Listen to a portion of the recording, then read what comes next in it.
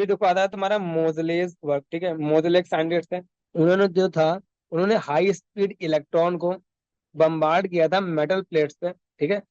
और उन्होंने ऑब्टेन करी थी एक्स रेज, ठीक है। मतलब क्या, ये तुम्हारा इलेक्ट्रॉन है, हाई वेलोसिटी इलेक्ट्रॉन है, ठीक है। ये मेटल प्लेट है, इन्होंने इस पे आगे बम्बार्ड किया। अब तुमने पढ़ा है कि अगर मेटल तुम्हारा, इस पे इलेक्ट्रॉन आएगा और इस पे टकराएगा इसके एटम से, ठीक है।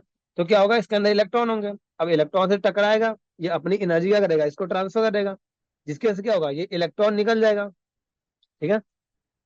अब जब ये इलेक्ट्रॉन निकल गया तो क्या होगा, एक वैकेंसी जनरेट होगी, मतलब खाली जगह बनेगी। अब ये जो खाली जगह बनेगी, वहां भी क्या करेगा, जो बाहर वाला इलेक्ट्रॉन होगा वो यहाँ पे आएगा, ठीक है। जो आउट बाहर वाला इलेक्ट्रॉन होगा वो ट्रांजिशन करेगा, वो इसमें आएगा। अब ये ट्रांजिशन करेगा, जो इलेक्ट्रॉन जब ट्रांजिशन करेगा तो क्या करेगा, जब भी कोई हायर एनर्जी स्टेट से लोअर एनर्जी स्टेट में आता है, तब क्या करता है, फोटोन रिलीज करता है, ठीक है। जिसकी फ्रीक्वेंसी क्या होती है, न्यू होती है, जिसकी एनर्जी क्या होती है, अच्छा न्यू होती है। तुमने स्ट्रक्चर ऑफ एटम में पढ़ा है। तो ये जो हाई स्पीड इलेक्ट्रॉन जो आता है, जो इलेक्ट्रॉन को निकालता है, ठीक है, उस इलेक्ट्रॉन के निकालने की जो वैकेंसी बनती है, फिर जो उस वैकेंसी में किसी और इलेक्ट्रॉन का ट्रांजिशन होता है, इसके जो तुम्हारा एक इलेक्ट्रोमैग्नेटिक रेडिएशन निकलता है, उसको बोलते हैं एक्स रेज, ठीक है। तुमने इलेक्ट्रोमैग्नेटिक रेडिएशन पढ़े ना, उसमें एक्स रेज भी था ना। तो इनकी जो फ्रीक्वेंसी थी वो एक्सरे के सिमिलर होती है, इसलिए एक्सरे एक्सपेरिमेंट था, ठीक है। तो ये इनका क्या था, एक्सपेरिमेंट था कि इन्होंने इलेक्ट्रॉन को बम्बार्ड कराया था, उससे एक्सरेज निकल रही थी। अब जो एक्सरेज जो निकल रही थी, उन्होंने इसकी स्टडी करी थी, उसकी फ्रीक्वेंसी की स्टडी करी थी। तो इन्होंने क्या किया था ना, इसकी रूट ऑफ फ्रीक्वेंसी का ग्राफ बनाया था, root of frequency of X-ray versus atomic number, ठीक है।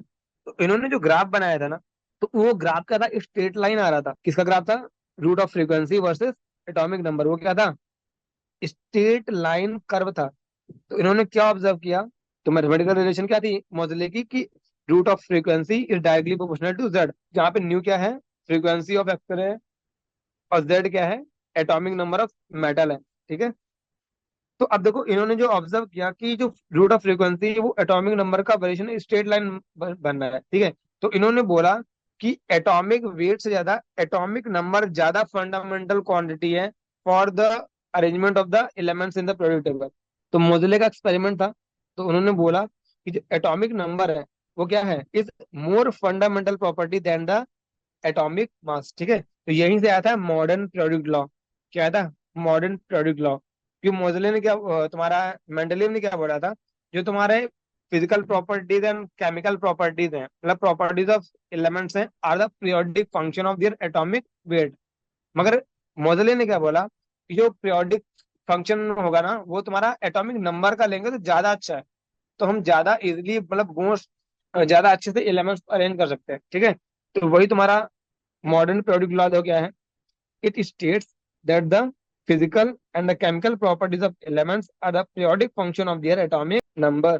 ये तुम्हारा मोजले का लॉ था कि एटॉमिक नंबर को कंसीडर करना ज्यादा बेटर है देन द एटॉमिक मास, ठीक है। तो यहीं से तुम्हारा मॉडर्न पीरियोडिक टेबल आई थी, इसको हम लॉन्ग फॉर्म पीरियोडिक टेबल ही बोलते हैं, ठीक है। कि एलिमेंट्स को हम अरेंज करेंगे इंक्रीजिंग एटॉमिक नंबर में, ठीक है, जो करंट टाइम भी पीरियोडिक टेबल हम यूज करते हैं।